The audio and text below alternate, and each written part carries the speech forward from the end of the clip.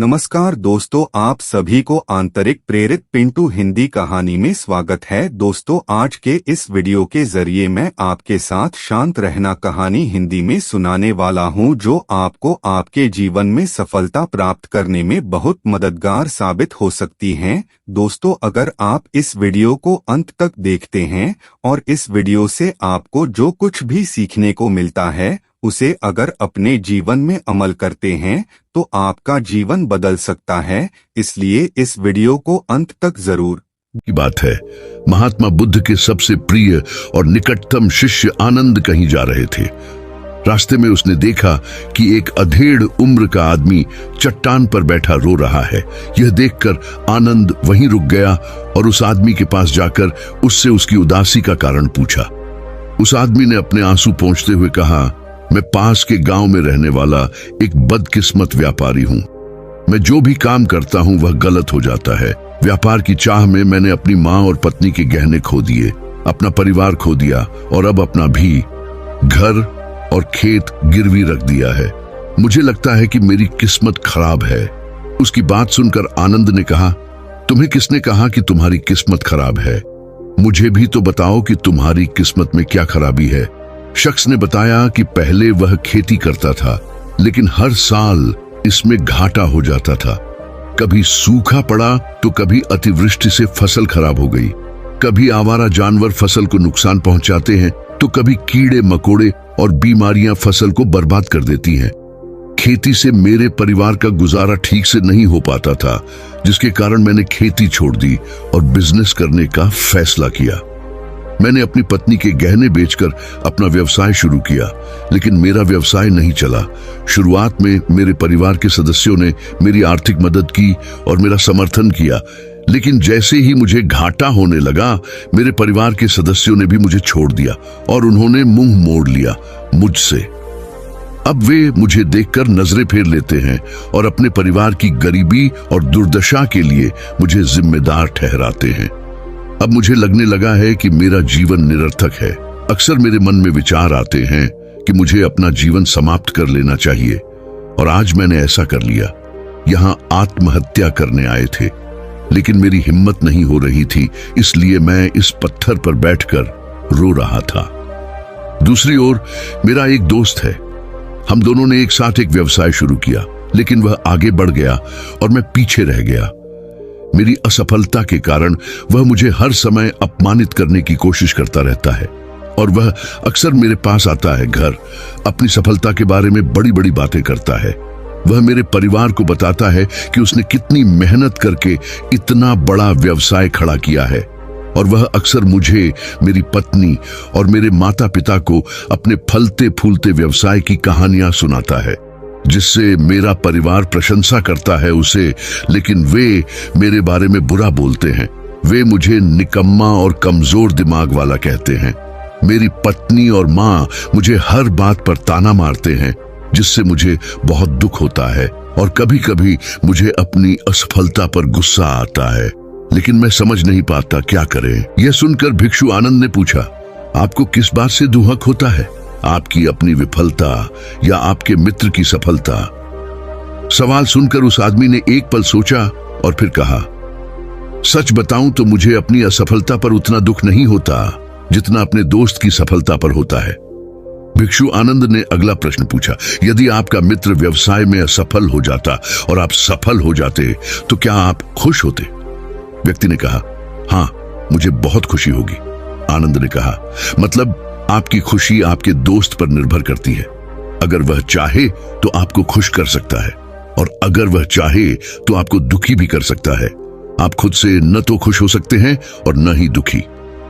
भिक्षु आनंद की बातें सुनकर वह व्यक्ति कुछ देर सोच में पड़ गया और फिर बोला, आपकी बातें सुनकर मुझे कुछ आशा जगी है। तब भिक्षु आनंद ने कहा, जब हम किसी चीज की आशा करते हैं तो हम उस पर निर्भर हो जाते हैं, फिर हमारा सुख दुख भी उस पर निर्भर होने लगता है। इसलिए सबसे अच्छा है कि आप खुद से ही उम्मीद करना शुरू कर दें। जब आप ऐसा करते हैं और साथ ही मेहनत और ईमानदारी से काम करते हैं तो आपको सफलता जरूर मिलेगी। आप सोचते हैं कि आपका दोस्त आपको नीचा दिखाने के लिए आता है, वह आपको दुखी करने के लिए आता है। लेकिन अगर आप ईमानदारी से सोचें तो वह जो बातें कहता है वह सच होती है। आपको उनके संघर्षों और अनुभवों के बारे में बताता है। आप उन चीजों से बहुत कुछ सीख सकते हैं। आपको उनका आभारी होना चाहिए कि आपको घर बैठे इतने सारे अनुभव मिल रहे हैं। उन अनुभवों का लाभ उठाएं, एक नई शुरुआत करें, ईमानदारी से काम करते रहे, कभी नहीं हार मान लो। एक दिन तुम्हें सफलता अवश्य मिलेगी। आज तुम इसे दुर्भाग्य या बुरा समय कह रहे हो, एक दिन यह बदलेगा और इसके साथ ही तुम्हारी सोच और विचार भी बदल जाएंगे। और देखिए, जब आपका अच्छा समय शुरू होगा तो आपके दोस्त भी आपको उसकी सफलता की कहानी नहीं बताएंगे। फिर उसे आपको अपनी असफलताओं और परेशानियों के बारे में बताने दें ताकि आप उसकी बात सुनकर भ्रमित हो जाएं। आपका आत्मविश्वास हिल जाता है और आप गलत निर्णय ले सकते हैं। लेकिन उस समय भी आपको अपनी बुद्धि का इस्तेमाल करना होगा और खुद पर भरोसा रखना होगा। जिस तरह आज आपका दोस्त आपको दुखी करने के लिए आएगा, उसी तरह वह उस समय भी आपको बनाने के लिए आएगा दुखी। क्योंकि जैसे तुम्हें उसे दुखी देखकर आनंद आता है, वैसे ही उसे भी तुम्हें दुखी देखकर आनंद आता है। उस व्यक्ति ने कहा, आप सही कह रहे हैं अर्शी, लेकिन मुझे सबसे बड़ा दुख यह है कि इसमें मेरे परिवार के लोग भी शामिल हैं। दरअसल मैं अपने परिवार के लिए अच्छा करना चाहता था और उन्हें खुश रखना चाहता था, लेकिन वह मेरी बात भी नहीं समझ रहा है। शब्द और भावनाएं, वे मुझे गलत कहते हैं और कुछ समय के लिए वह मेरे साथ भी नहीं है। भिक्षु आनंद ने उस व्यक्ति को समझाया कि हम हमेशा चाहते हैं कि हम जो भी करें लोग उसकी प्रशंसा करें, लेकिन आमतौर पर ऐसा नहीं होता। लोग करते हैं, हमारे प्रयासों की सराहना नहीं करते, जिसके कारण हम दुखी हो जाते हैं। हमें लगने लगता है कि हमारे दोस्त, रिश्तेदार और परिवार के सभी सदस्य स्वार्थी हैं। लेकिन अगर आप किसी को अपना परिवार मानते हैं और उनके लिए कुछ करना चाहते हैं, तो आप ऐसा क्यों सोचते हैं? आप दूसरों के लिए कुछ कर रहे हैं।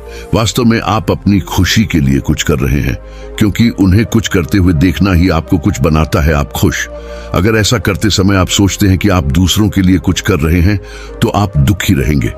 लेकिन अगर आप सोचते हैं कि आप यह अपने लिए कर रहे हैं, तो आप खुश होंगे, क्योंकि जब हम ऐसा करते हैं या करना चाहते हैं अपने लिए कुछ है, तो हमें इसके लिए सांत्वना की आवश्यकता नहीं है।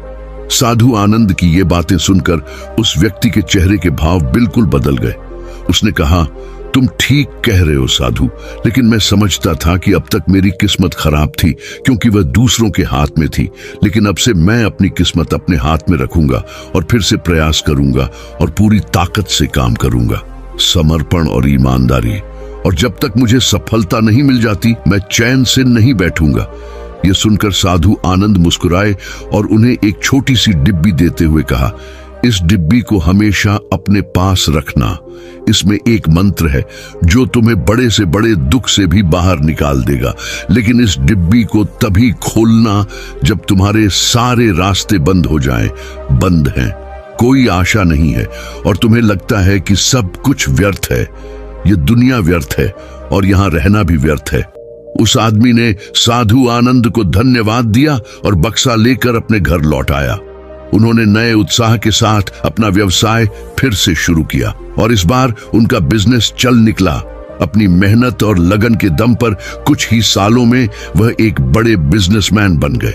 उनके साथ उनके परिजन भी आए थे और उसका जीवन अत्यंत सुख, शांति और समृद्धि से बीतने लगा। लेकिन वक्त और किस्मत के खेल को आज तक कोई नहीं समझ पाया है और ना ही कोई समझ पाएगा। यह हमेशा एक जैसा नहीं रहता, यह बदलता रहता है। यह भी व्यक्ति के जीवन में परिवर्तन। वह व्यक्ति जिस राज्य में रहता था, उस पर पड़ोसी राज्य के राजा द्वारा आक्रमण कर दिया जाता था। उस हमले और डकैती में उस व्यक्ति का सारा पैसा भी लूट लिया गया। उनकी दुकान और घर जला दिया गया। अपनी जान बचाने के लिए उन्हें अपने परिवार सहित वहां से भागना पड़ा। व्यक्ति कई दिनों तक अपने परिवार के साथ इधर उधर भटकता रहा। वह हर छोटी चीज के लिए मोहताज हो गए। उनका बच्चा बीमार हो गया और इलाज के अभाव में बीमारी से बुरी तरह पीड़ित होने लगा। यह देखकर उसका हृदय चीत्कार करने लगा। उनके पास अपने बेटे का इलाज कराने और अपने परिवार का भरण पोषण करने के लिए पैसे के नाम पर एक सिक्का भी नहीं था। वह अंदर से टूट गया था और निराशा एक बार फिर उस पर हावी हो गई। उसे लगने लगा कि उसका जीवन निरर्थक है, सारा संसार अर्थहीन था।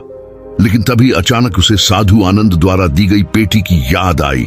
उसने बड़ी उत्सुकता से उसे खोला तो डिब्बे के अंदर एक पर्ची मिली। उस पर कुछ लिखा हुआ था। पर्ची पढ़ते ही उसकी आंखों के सामने छाया निराशा का अंधेरा गायब हो गया और वह अचानक मुस्कुरा दिया। पर्ची पर लिखा था कि यह वक्त भी गुजर जाएगा। दोस्तों, ये कहानी हमें सिखाती है कि समय के खेल को समझना संभव है। यह हमेशा बदलता रहता है, इसलिए हमें बुरी परिस्थितियों में निराश नहीं होना चाहिए। आत्मविश्वास बनाए रखना होगा क्योंकि समय बदलता है। यदि आज बुरा है तो कल निश्चित ही अच्छा होगा।